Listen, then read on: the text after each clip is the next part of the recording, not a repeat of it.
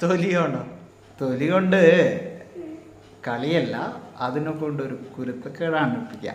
അതിന് ഒരു മെഴുതിരി വേണം. ഇനി ഒരു തീപ്പട്ടി വേണം.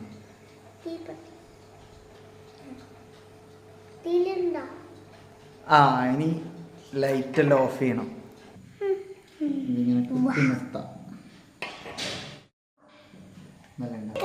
ഇനി ഇങ്ങനെ എടുത്തിട്ട് ഇതേണ്ട